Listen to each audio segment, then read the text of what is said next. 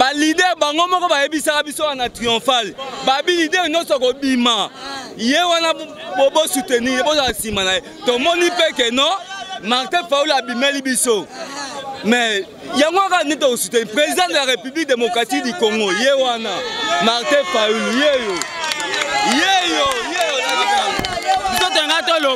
mon entier botalelanga Congo température ya maman Rosette la fleur Nadambu.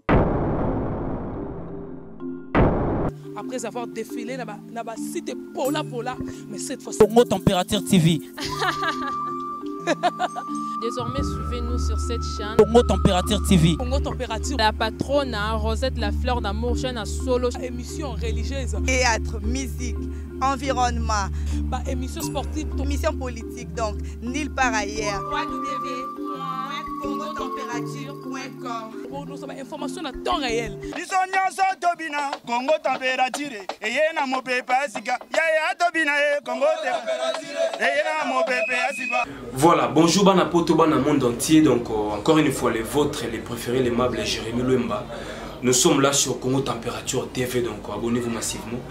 Un grand merci à maman Rosette et la fleur d'Hambourg, notre boss. Depuis l'Allemagne, nous sommes de cœur avec toi. Merci à Feta Bébé Limbiti, maman sociale à niveau Australie. Merci à Joël de Wissa. Merci à Maître Cisa Soukama, l'infatigable. Merci à Serge Loco qui est le mannequin d'Orléans. Madame, monsieur, comme vous le savez, l'actualité reste dominée par la désignation du candidat commun de l'opposition à la personne de monsieur Martin Fayulu Madidi, l'honorable député. Babessi charge a réuni l'opposition dans l'élection le 23 décembre au Yunakuru. Madame, monsieur, c'est une candidature qui nous a surpris. Surpris. Vital Kamere Tofachi. Kamere par rapport à la crédibilité, elle est pratiquement effacée. Mais charge est mingi tombé sur Fachi, Félix Tshisekedi Tshilombo. On continue de baisse. Mais tu comprendre était après assise à Genève. Bon, ce qui peut ça la transparence, tu éviter. Ce qui peut ça coup préparé, tu éviter. Ce qui peut ça li proposition à Bangonus tout set, tu éviter. Mais ce qui est vrai, Fachi s'est retrouvé encerclé des anciens kabylistes. Donc UDPS, c'est la fille née opposition. Par rapport il y a droit de naissance. Fallait ma cambo ça n'est UDPS. Boyibi en face il y a opposition tous en abandonné FCC. Front commun pour le Congo. Machine à broyer. Des babés ont micro. Des fois tes mots tes opéla. Babani déjà sensibilisation. Campagne. Maramoto et ça la moto. Donc bande opposition beaucoup revêté. Il faut un leader qui a le poids politique. Un leader rassembleur. Un leader qui est aimé. Un leader qui a motivé, déterminé à changer ma campo. Parce que Boibi Ozo de Ganamboka. Donc, ça ne sert pas de rappeler à un micro pour nous éviter des problèmes.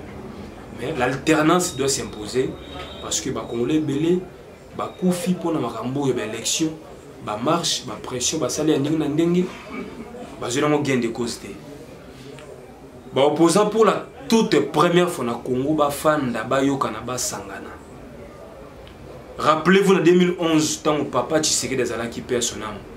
Abengara bango tout dans l'unité. Bayokana gate. Ba hypocrite ba bimaga. 2011. On avait combien de candidats dans l'opposition? Kamere candidat. Kengo Wadon de l'opposition républicaine candidat. Tshisekedi candidat. Et tant d'autres. Ba benga bango na unité, bayakate. Mais le leader Maxime Ouazate, Atika Mouanaye, Fachi comme Dauphin. Les gens pensaient que les géniteurs opposition Azate, le père Étienne, Atika Dauphin Félix, donc le niveau pays il y a un consensus sur l'opposition. Le niveau primaire, il y a désigné un candidat UDPS pour nous la continuité. Il y a œuvre politique à Tshisekedi. Malheureusement, Marameki à côté. Nous connaissons bien Fayulu. C'est un brave politicien, un courageux, un combattant de première ère, M. Fayulu,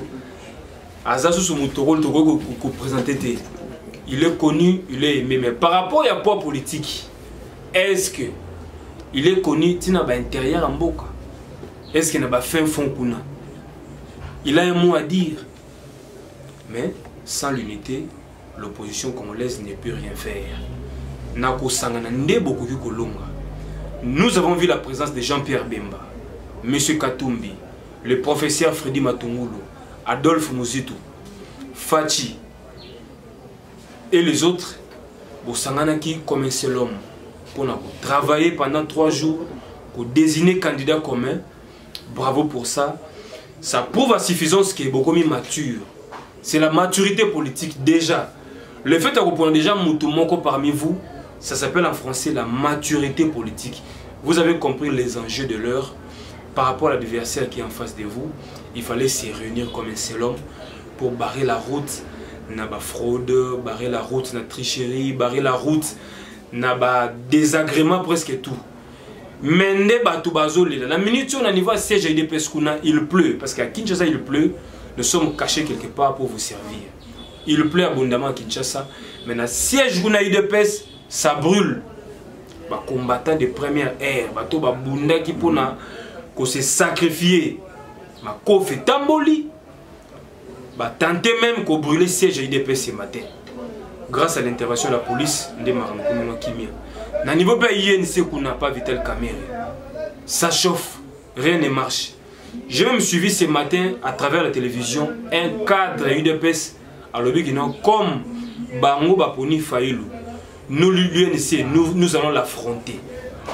Donc affronter Fayulu, nous allons lui montrer que nous avons une base solide et forte plus que lui.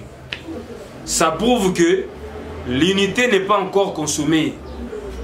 C'est que nous craignons que Bak et les sous à niveau d'élection dispersé. Parce que lobby, Félix, comme tu nous as trahis, ceux qui ont eu responsabilité dans notre côté, nous allons te désavouer. Ça a été dit ce matin, depuis hier la nuit. Nous allons désavouer Félix, le colaïe, à trahir Bango. Maintenant, moi je me demande, y est Félix Tshilombo, leader charismatique, qu'est-ce qu'il a promis à ses poulains?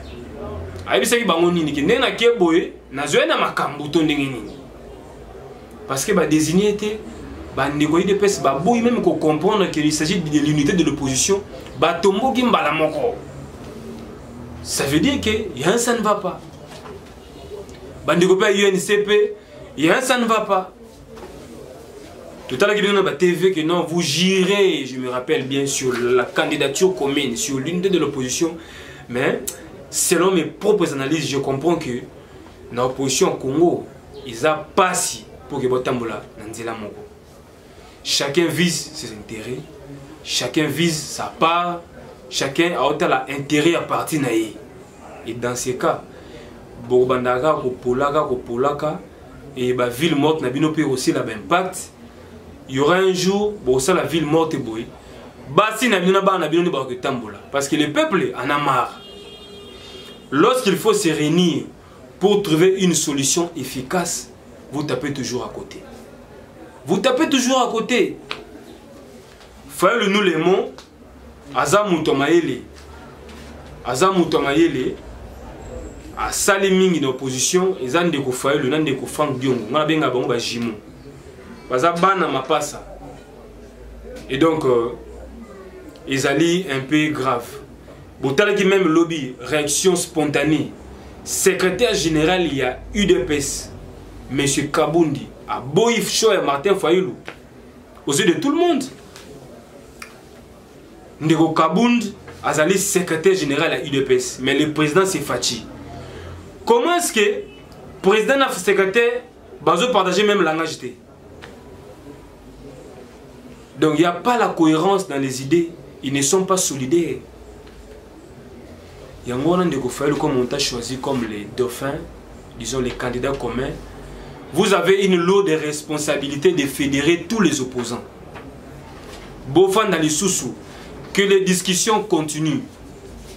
Parce qu'à ce stade, Maroumé qui est sous Malamoté. Je vous dis que mes chiens à ma casse, n'a pas base presque tout. N'a pas quartier généraux, tout, n'a pas parti politique opposition, ça ne marche pas. Donc le lot, il y a tristesse, nous sommes à Kanda. Mais comment va ça faire? Toi, tu as kinote. Toi, tu as compté, mais tu fonctionne. Est-ce que vous allez j'ai ma bêtise, quelque part, nous sommes que non, c'est un bon choix parce que Fatipé, candidature, ils ont qui entaché de beaucoup de problèmes. Entre autres, Makambouya, il y a cursus académique, au nom de Sénaï, ils ont des mauvaises informations, et à cause de ma classe, tout ça, parfois, on pose la sagesse. Au cas où le chat tombé sur Fati, et qu'après 2-3 jours, tout le monde m'a procuré un peu à ouvrir sous enquête, au nom, il y a une nouvelle, nous devons encore vérifier le dossier de Félix Tshisekedi. Il y a peut-être chaos pour l'opposition. Alors bon, je vais candidature, il y a Martin, parce que c'est un homme propre. Dossier n'est sur le plan administratif, ça n'a pas de problème. Sur le plan juridique, il n'y a pas de problème. Parfois, les gens de Fayolou, ils allaient sur mon fédérateur dans le sens que il n'a pas de problème sur le plan administratif et juridique. Mais on se pose la question, Baponi Fayolou, comment le PPRD peut soutenir l'UDPS? C'est ça maintenant le problème. On a vu sur le PPRD, bazo fêté, bazo CPLA, pour la joie Fayolou. C'est comme si il s'est préparé quelque chose. Donc, dans l'opposition, il faut poser à la maïle. Éviter, très. Donc, poser à la maïle, parce que tout le monde, c'est comme au théâtre. Tout ce que l'UDPS fait, la position est, donc, on ne sait pas, vous préparez les lits pour Chadari ou comment. Donc, j'ai dit, étant que chroniqueur, étant qu'intellectuel, étant que citoyen congolais, je n'ai pas insulté. J'ai tout simplement relayé les informations que nous avons prises à la base. Ce que pensent les parlementaires debout, ce que pensent les combattants, ce que pensent les intellos d'une manière générale. Batouba lobby, sololi, Batouba touché. Donc voilà, c'est un peu ça. Un grand merci à Maître Ibrahim pour l'assistance. Merci également à tous mes vrais. Je pense à maman Elisa Litoulia 0044 Code à Londres. Merci pour l'assistance. Merci pour le soutien. Merci à Madame Mamine Zemankoï, une femme intelligente. Mamine Zemankoï na Dublin. Merci également à Maman Rosette La Fleur d'Hambourg, notre patronne. Merci d'être là. Merci à l'infatigable Maître Siza Soukama, puissance à Mikili, la puissance de la monnaie. Maître Siza Soukama, Napesi Mbote, Igor Meto, Motema Denise et Fabiano, na Belgique, Oumela. Merci à Nira Mbouri, Papa Naboné Rabouri, Napesi Mbote. Merci à Serge Lokoki, Venanga Serge Lokoki, toujours élégant. Serge Lokoki, le seul et l'unique véritable mannequin d'Orléans, Batika. Donc, Yo Mtonanga Kati, Napesi Mbote. Merci également à mon vieux de tous les temps, Jorgi Samba, le procureur autrichien. Il y a Jorgi Samba, le procureur autrichien. Merci pour tout, merci pour tes conseils, merci pour tes orientations. Et sans oublier le jeune leader, Patrick Mouimba, na LA. Patrick Mouimba, Elliot, na LA, Los Angeles. Jeune leader, na Peshombote, Patrick Mouimba. Très puissant, le jeune patron, Patrick Mouimba. Merci pour tout. Et merci encore une fois à Pico Kiedi Kassongo, Motema ya Muriel Banto, belle femme na Belgique, Bato Balingarabiso, Jérémy Lumba, autrement dit les renards du désert, la force neutre, l'avocat de la jeunesse. Madame, Messieurs, restez branchés sur Congo Température. À suivre et à la prochaine. Mon Congo Température, ya Maman Rosette La Fleur, Nadambu.